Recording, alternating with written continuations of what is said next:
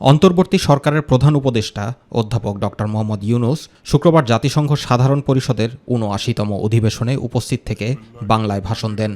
বাংলাদেশে যে যুগান্তকারী পরিবর্তন সংঘটিত হয়েছে। জাতিসংঘ সদর দপ্তরের জেনারেল অ্যাসেম্বলি হলে সাধারণ আলোচনায় প্রধান উপদেষ্টা তার ভাষণে বৈষম্য বিরোধী ছাত্র আন্দোলনের মাধ্যমে ছাত্র জনতার গণ অভ্যুত্থানের প্রেক্ষাপট এবং এর মাধ্যমে বাংলাদেশে সংঘটিত যুগান্তকারী পরিবর্তনের কথা তুলে ধরেন। এ সময় তিনি বলেন, গণমানুষের, বিশেষ করে তরুণ সমাজের অফুরান শক্তি বিদ্যমান রাষ্ট্রকাঠামো ও প্রতিষ্ঠানগুলোর আমূল রূপান্তরের এক নতুন সম্ভাবনার দ্বার উন্মোচন করেছে। রাষ্ট্রকাঠামো দুঃসহ হয়ে গেছে। তার পুনর্গঠনের জন্য আমাদের তরুণরা, দেশের আপামর জনসাধারণ একমত হয়ে আমার এবং আমার উপদেষ্টা পরিষদের উপর আস্থা রেখে সরকার পরিচালনার এক মহান দায়িত্ব আমাদের উপর ন্যস্ত করেছে। অতীতের ভুলগুলোকে সংশোধন করে একটা প্রতিযোগিতামূলক ও শক্তিশালী অর্থনীতি এবং ন্যায়ভিত্তিক সমাজ ব্যবস্থা গড়ে তোলাই এই মুহূর্তে আমাদের মূল লক্ষ্য। পরিবর্তিত সময়ে রাষ্ট্রকাঠামো পুনর্গঠনের জন্য অন্তর্বর্তী সরকার গৃহীত সংস্কার কার্যক্রমের মধ্যে রয়েছে জলবায়ু পরিবর্তন, সরকারের অন্তর্ভুক্তিমূলক অর্থনৈতিক উন্নয়ন এবং অন্যান্য বৈশ্বিক ও আঞ্চলিক বিষয়। এ সময় রোহিঙ্গা সংকটের কথাও বিশ্ব দরবারে তুলে ধরেন ডক্টর মোহাম্মদ ইউনূস।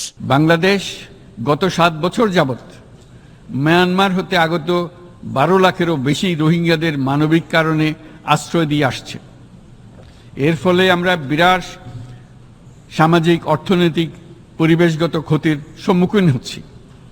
মায়ানমারের অভ্যন্তরীণ সমস্যা থেকে সৃষ্ট এই সংকট বাংলাদেশ ও আমাদের অঞ্চলের জন্য প্রথাগত ও অপ্রথাগত উভয় ধরনের নিরাপত্তা ঝুঁকির কারণ হয়ে দাঁড়িয়েছে। আমরা রোহিঙ্গাদের জন্য মানবিক সহায়তা কার্যক্রম চালু রাখা এবং তাদের টেকসই প্রত্যাবর্তন নিশ্চিত করার উদ্দেশ্যে আন্তর্জাতিক সম্প্রদায়ের পর্যাপ্ত সহায়তা অব্যাহত রাখার আহ্বান জানাচ্ছি।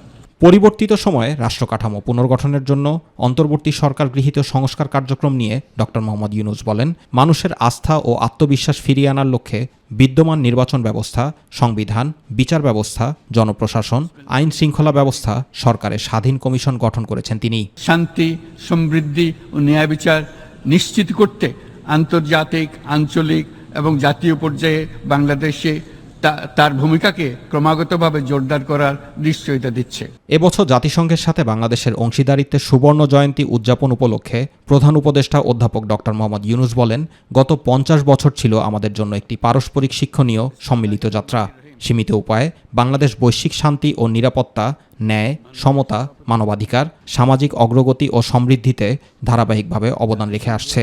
এবছর আমরা জাতিসংঘের সাথে বাংলাদেশের অংশীদারিত্বের সুবর্ণ জয়ন্তী উদযাপন করছি। এবছরের ইউএনজি এর মূল প্রতিপাদ্য হচ্ছে কাউকে পিছিয়ে রাখা নয়, বর্তমান ও ভবিষ্যৎ প্রজন্মের জন্য শান্তি, টেকসই উন্নয়ন এবং মানব মর্যাদার অগ্রগতিতে একসঙ্গে কাজ করা। সবাইকে শুভেচ্ছা জানাচ্ছি, ধন্যবাদ জানাচ্ছি। Zubair Rahman, My TV news.